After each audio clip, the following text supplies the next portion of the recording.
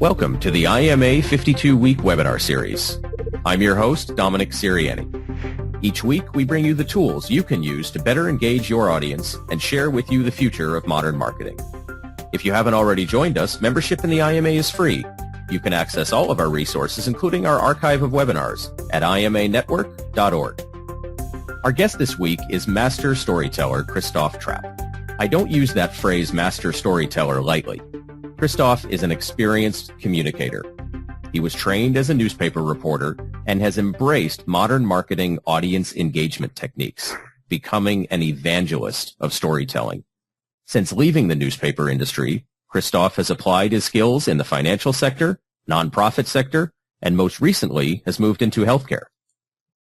Christoph is a busy guy. He shares his tips on authentic storytelling on his blog at authenticstorytelling.net. He also offers fitness tips at myfitnesstips.org and helps with his 6-year-old's blog at kidsandtech.net. Here is a gentleman uniquely qualified to help us understand how to use stories to engage an audience and how to do so without breaking the budget. Christoph, I've given people a little bit of a background, but can you share a little more about yourself? Of course. Thanks again for having me. It's a great pleasure to participate in this Internet Marketing Association webinar series. I think it's a great, the organization has done a great job bringing resources together and connecting people. So my background, as you said, I used to be a newspaper reporter. I grew up in the 1990s, Düsseldorf, Germany, and I would go to the gym, and there was this guy there, and he would share the best stories. I mean, great stories about this and that and the other thing, about what's going on in the community. And I would say, how do you know all these things? And he said, I'm a journalist. I work for the newspaper, and that's how I know. So I decided I wanted to become a journalist because I enjoyed sharing stories. So I went to school to become a sports journalist. I never actually did that. However, I became a crime reporter. I did that for a number of years. And then I started sharing stories in the U.S. financial services industry. I produced training videos for banks and credit unions nationwide. And again, people pay attention when they can view or read or listen to a story, right? It's much more engaging than just a PowerPoint or something like that.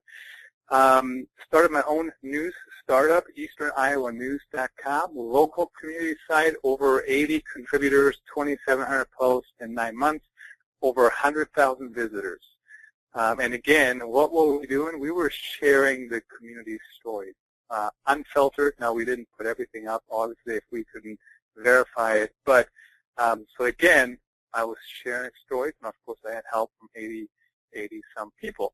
Then I took what I've learned all along the way. I worked for the media company another time, helped them learn some of those things, community journalism.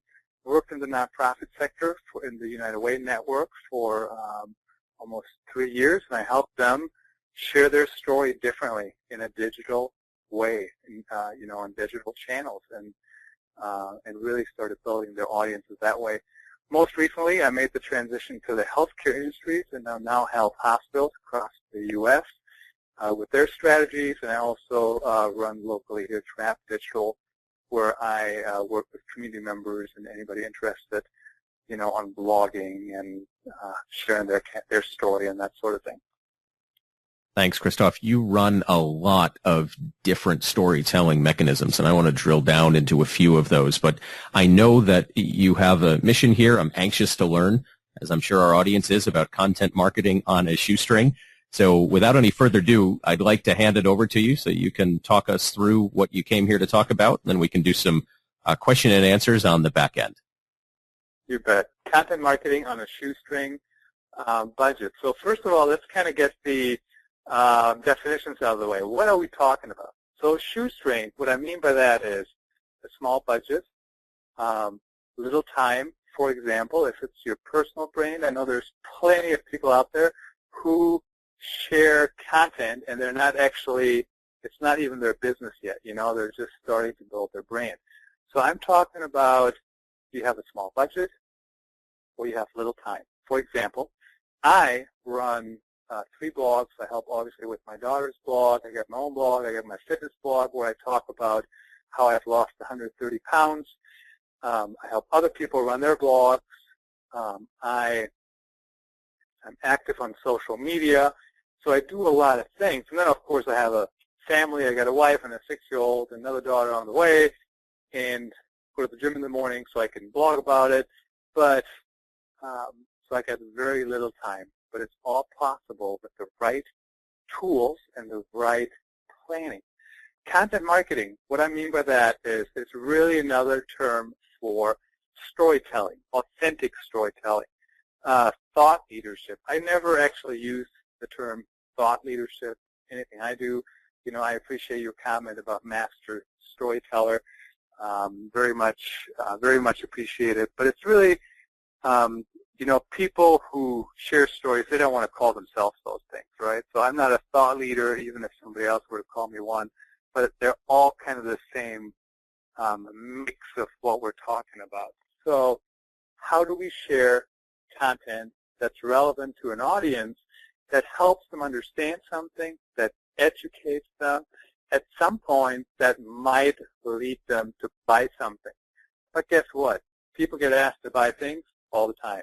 So the most successful brands, or anybody really, have to move beyond just trying to sell in their marketing. So as you are sharing stories, people pay attention when it's relevant to them, when they can learn something, and when it's educational sometimes. Now, there is a foundation to get started. There are a few things that have to be in place, otherwise it's not going to work. So number one, if you're in an organization, or even if you're a guy like me with a family, you have to have explicit buy-in from the top. So if you have 6 layers of management in your organization, and you're the bottom row there, you have to get buy-in from the CEO explicitly. That person has to come out and say, we buy into this content marketing thing. Of course, if you have 6 layers of management, you probably don't have a shoestring budget, but you kind of get the idea. So they have to say, we buy into this. We support it. This is what we want to do. We want people to share stories that are helpful and that help our business explain what we do, and that helps our communities understand things. So you have to have them say that. And another easy way to do that is get your CEO to blog, because now they kind of get to see how that works. And if the CEO is doing it, guess what? There's no reason other people shouldn't. You have to have a great product. You know, it used to be sometimes, I'm told this is how it used to be, decades ago, apparently.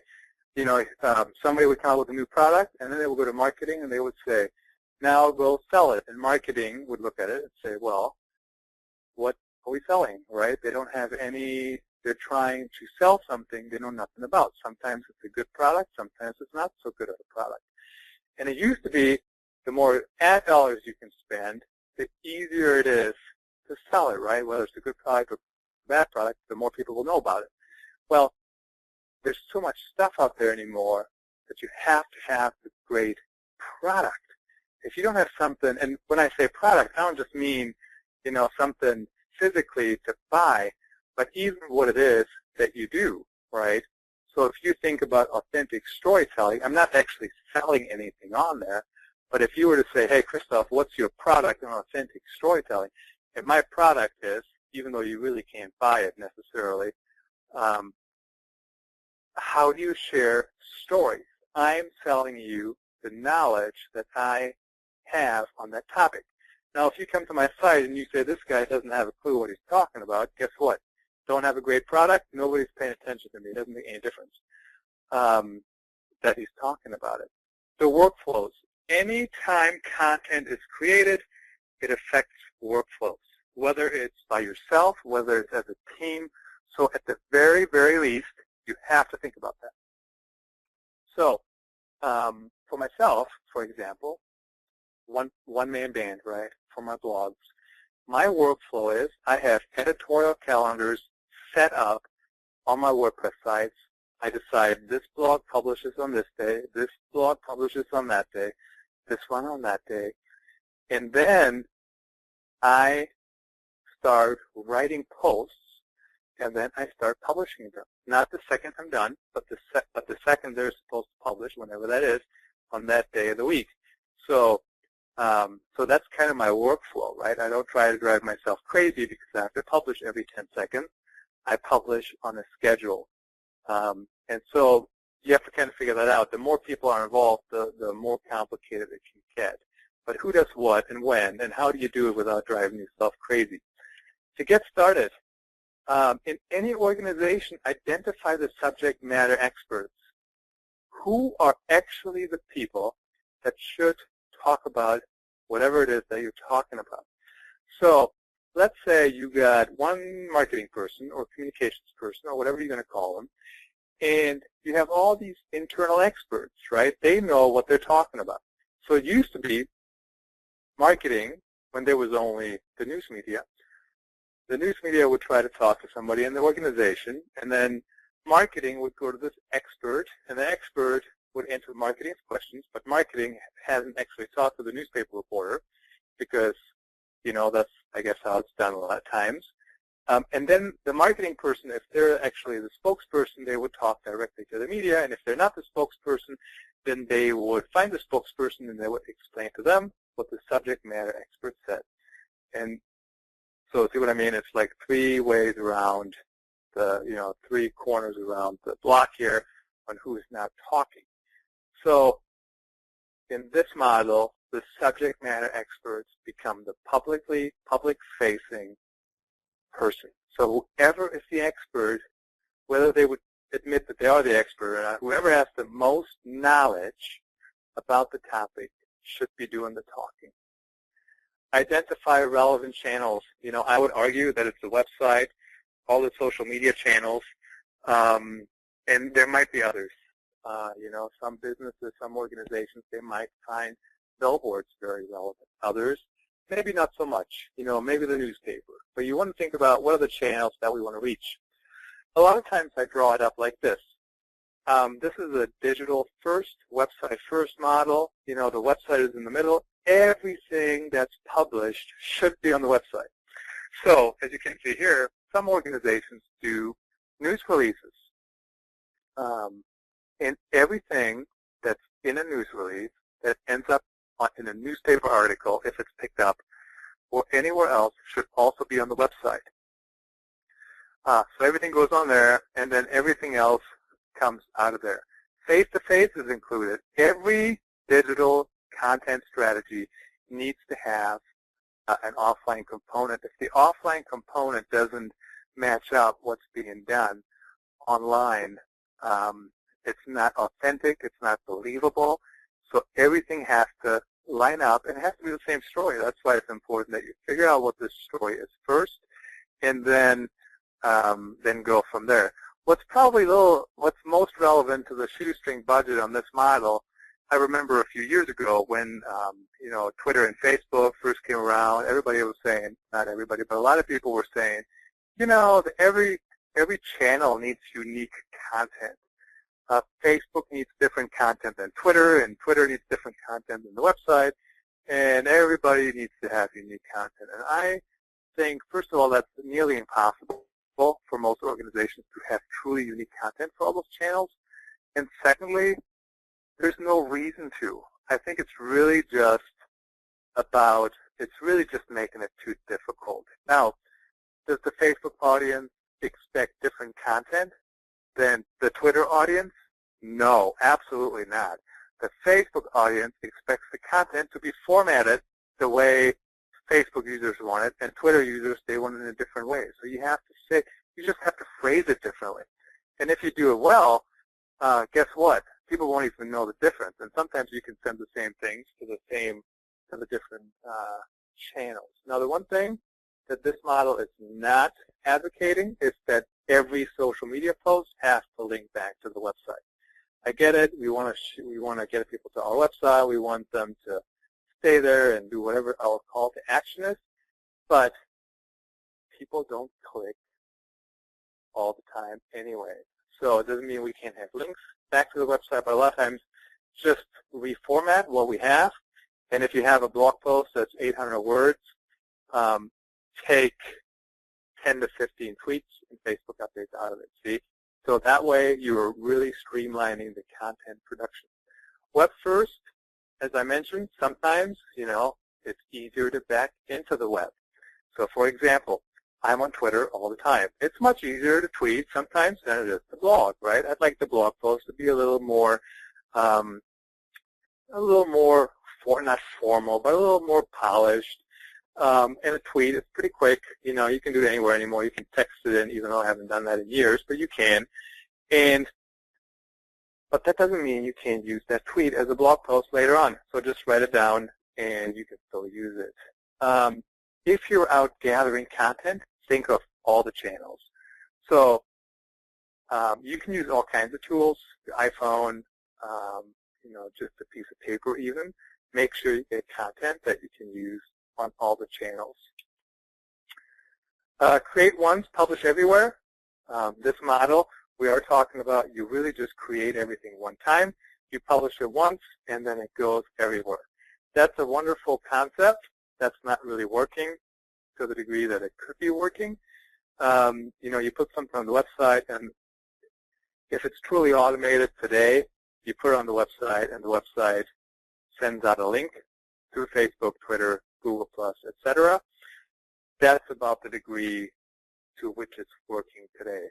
In a perfect world, you could create it once, the system would reformat it automatically for the different channels, and stagger updates based on user experience. That doesn't work today. Maybe in 10, 15, 20 years, who knows what? Who knows what else is next, right? But it's still doable to a degree. It's just a little bit of a manual process. Sometimes you do need a team. Some things are totally doable with one person. And here's what's great about it.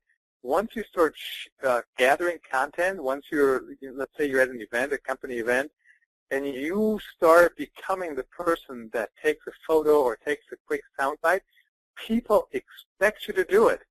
And not in a mean way. Not like, hey, why are you not doing your job? But, hey, take a photo of this. Should we take a photo of this? Can we do this and this and this?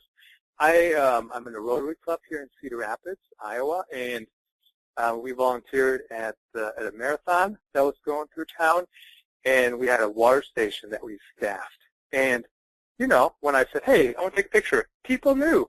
They expected me to do it.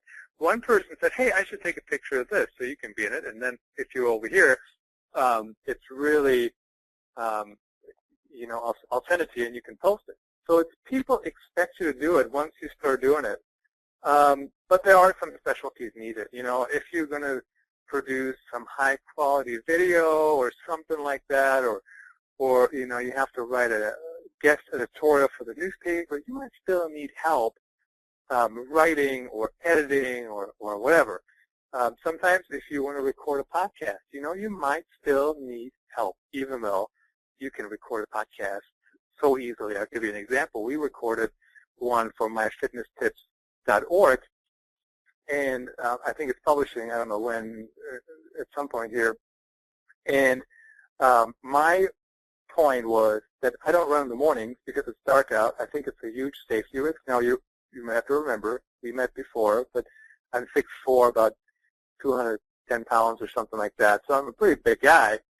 But I'm saying it's too dark, you can't see anybody coming at you if there ever was somebody. And I had this other guy who has run marathons, and he says, I run in the mornings in the dark all the time, and here's how I do it, here's how I take safety precautions. And we recorded a podcast with my iPhone, right?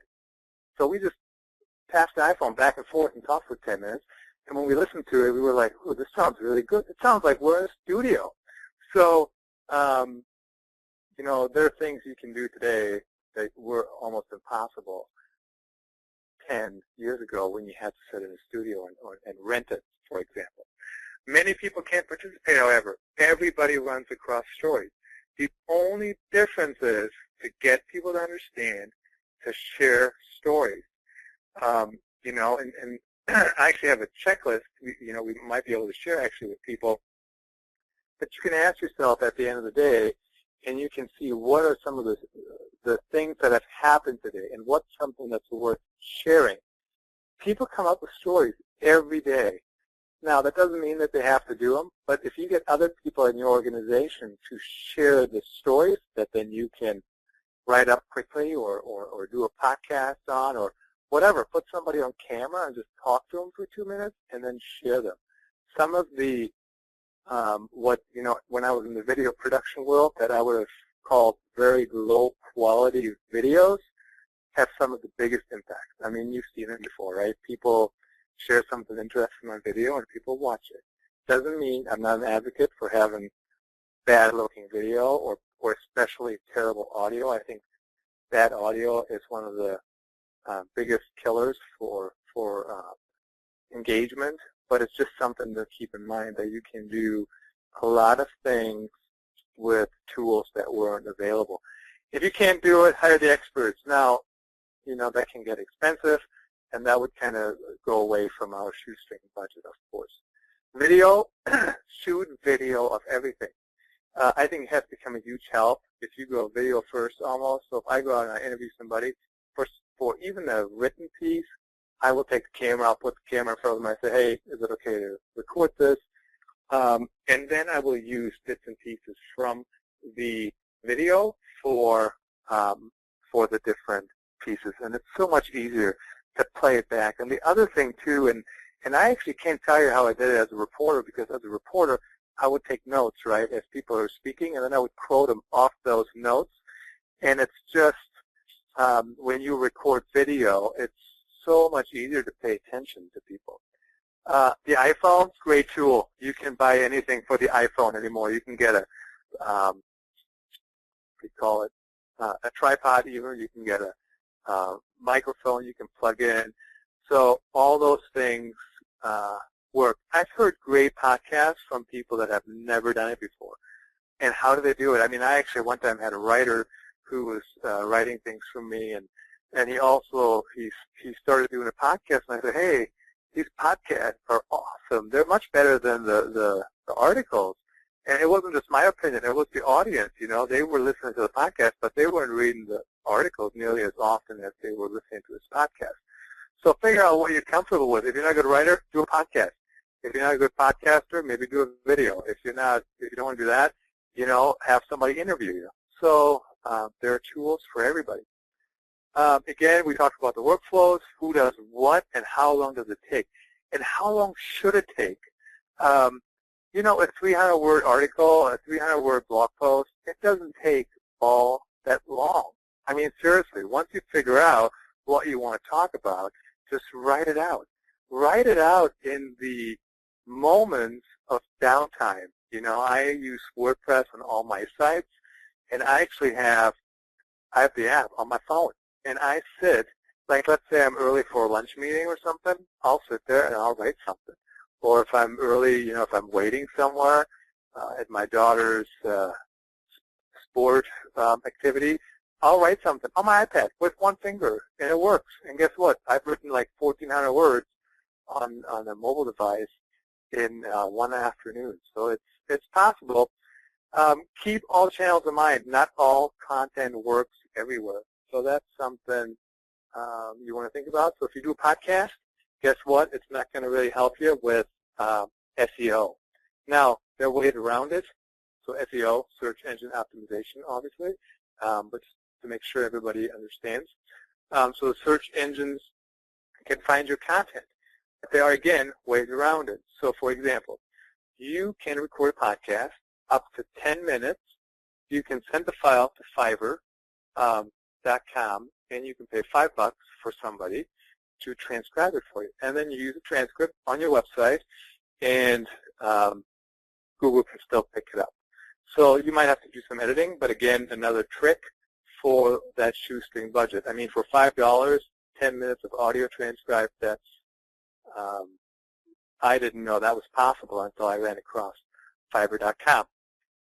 Content marketing is best when everyone participates. And by that, I mean, even if people just share their story.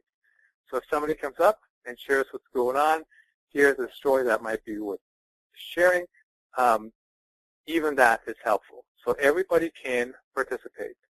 The tools. I use WordPress on my website. and I use editorial calendars. I talked about that earlier. It just makes the entire process so less stressful than if I were just to publish as I go. So I decide what day it is that I want to publish something on, and then I put it in my calendar as a draft, as an idea, and then I write them as I get to them. So what actually has happened recently, I've had posts scheduled out for like 3 months. So that's good and bad. Sometimes you forget what you wrote 3 months earlier, but it does make you feel like you're planning. Hootsuite is a great tool. I know there are others. Hootsuite is free if you only use a couple accounts, if you don't want statistics, that sort of thing. But in there you can schedule your social media updates. So I do that. I go in there and I schedule them different times of the day. So when you see me tweeting at Trappe all day long, I'm actually not sitting in front of Twitter. Chances are I'm not sitting there. At some point I might be, but all those things are scheduled, and it doesn't actually take as much time as people think that it does. Cameras, everybody has a camera on the phone. I know I just saw, I don't remember where I saw it, but some study said that it takes about 12 seconds to get your phone out of the pocket, take a photo. But we all have the phones with us. We can take photos. We can take videos. So make sure we think of that when we see something that's worth sharing. ROI, this is actually from the nonprofit world. So a lot of people that use this model might be the nonprofit world. We want to lead people up the engagement pyramid, right? First people start paying attention, then they follow, then they endorse, then they contribute, then they own, and then they lead. People don't start at the top. The equivalent to this pyramid in the for-profit world is actually the marketing funnel. So, everybody's probably familiar with that, but you don't start being an advocate for a business the second you hear about them. So, really quickly, just to wrap it up here, the key to doing successful content marketing on a shoestring, share relevant stories. Don't get hung up in messaging. Don't get hung up in sharing things that people won't read. I'll give you one last example. So it used to be some organizations would write an editorial for the newspaper, but the newspaper has not even accepted yet. And then it would go through 6 to 8 editing cycles, and it would take, everybody would throw in, oh, we should do this, and they change it, and they go back and forth. And it would take, a good amount of time. And then the article was sent to the newspaper, and guess what the newspaper did? Nothing. They didn't publish it. They didn't do anything. So share the relevant stories, do it in a timely fashion, and then share them across your channels, and ultimately other people will pick it up if that's one of your goals. Gather as you come across the stories. Sometimes that's hard. I've done this professionally, and I've run across good stories, and I didn't catch that they were a good story. I actually moved on, and a week later somebody said, hey, this and this happened. And I said, oh, I was there, but I didn't cross my mind. So it happened. It happens.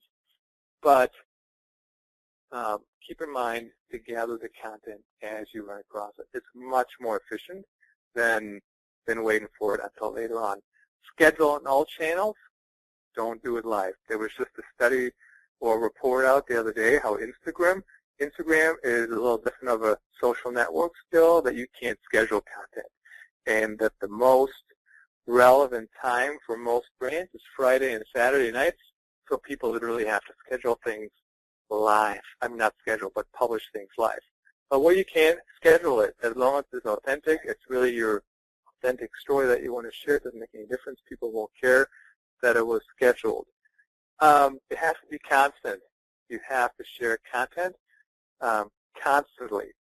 I say on Facebook, for example, probably 2 to 3 times a day, on a blog, on a website, that kind of program, once a week. Twitter, you can go as often as every 30 minutes. I don't personally do that, but I know people who have done that, and they have been very successful building their following. And then connect. When people talk to you, when people email you, when people reply to you, respond, right? Somebody asked me a question, respond. The last number I've seen on Twitter, I think it's like you're supposed to respond within 8 to 12 minutes, and after that people forget that they actually were talking to you. I don't actually get to that most days anymore, but you have to connect.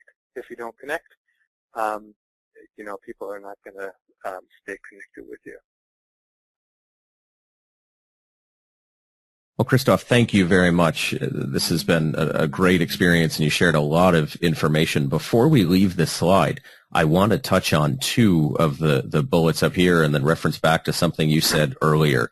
Gather stories or gather content as you come across it and constantly engage. You mentioned a checklist earlier in your presentation. I think it was the third or fourth slide. Can you talk to us a little bit more about how you trained yourself and what tools you use now in order to accomplish those two goals? Yeah, so there are two ways people can go about it. Number one is you just kind of do it, right? So there's two kinds of people a lot of times. The ones that, we live in the moment, we just kind of do what we do, and then there's another kind of people who like a list, right? Here's the process. So the way I personally do it, I see a story, I capture the story, I share the story, if it makes sense, right? If it's something that fits into one of my areas of interest. There are some things, might be a good story, but I don't have much to say about it. I don't even know why I should talk about it, so I might not share it even. But so I just kind of do it. But then I've gotten feedback from people as I've talked about this at conferences across the U.S. That they really would like a list or like a checklist. So the checklist, I don't have it actually in front of me, but it basically it has like a number of questions, and it says something like, what happened today that you will tell your spouse or significant other about tonight? What was the biggest challenge the team faced today? Or what was the most positive thing the team did today? And when you start thinking about those things, you can formulate stories, right? So if you have something you really want to go home and tell my kids I want to tell my wife about, guess what? That might be a story, right? It might be worth sharing with a wider audience. So you kind of have to figure out which one you prefer. If you were to give me a list, I'd be like, are you kidding? I don't need a list. I don't want a list. What should I do with a list? Put it in my wallet? But so you have to figure out where you fit. If you want to have a list, you can look at it and do that. But those are kind of the techniques that I have used and I have helped other people implement. And you mentioned Hootsuite and some other tools that help you engage or help you structure your content marketing approach, some of which are free and so fit with the theme today of doing things on a somewhat limited budget. Talk to us about your progression to getting that sophisticated. I'm sure when you started this, those tools weren't available or you had to do things yourself. What advice can you offer to our audience for those who are just putting their toe in the water of committing to this content marketing strategy? I think when you first start, it's the web is very seductive. It wants you to just you can publish, right? There's the publish button. So once you have something said, once you have something written down that you think is worth sharing, why not publish it like now, right now? And that takes some getting used to. And I remember for myself, when I grew up in the newspaper world, everything was planned, right? Even when there was breaking news, that was planned. I mean, the breaking news wasn't planned, but then once it happened, everything for the rest of the day is planned out. How are we going to cover it? Where is it going to go? When are we going to share this, et cetera, et cetera? So there are calendars, right? There are schedules. And, of course, if you have a breaking news event, you'll publish it right then. But, or as soon as you can, with the next publishing cycle, back then there wasn't the 24-hour cycle. But you really have to think about, I don't have to publish things the second I think of them. I can think about it, I can flush it out, and as long as I hit once a week on the website, you can do more. There's some bloggers, some writers, they share things every day, and people love them. And it's like their full-time job, I think, sometimes. But so once you get into this, once you understand that just because you can publish doesn't mean that you should publish it the second it's done. think about when to publish it. Just kind of think about, you don't have to. Like, Twitter, for example. Sometimes people get in trouble for what they say on there. And that's because they're tweeting in the moment, right? And you can really schedule things out. You don't have to do it the second that it came to mind. And that's kind of that was a big change in my mindset, because when I first started going online, I would just publish as it was done, and you don't have to. Well, I think what I'm hearing you say, or what I'm gleaning from the story you're telling right now, is in the beginning, it's incredibly important to just publish. If you're getting started, or if you're having a challenge getting started, take the story, recognize the story, and then get the story out there. And then over time, as you become better at recognizing those stories, then you can use the Hootsuites, then you can use the tools, then you can schedule things out. But in the beginning, publish right away, and over time, use the tools that are available to make your life a little easier.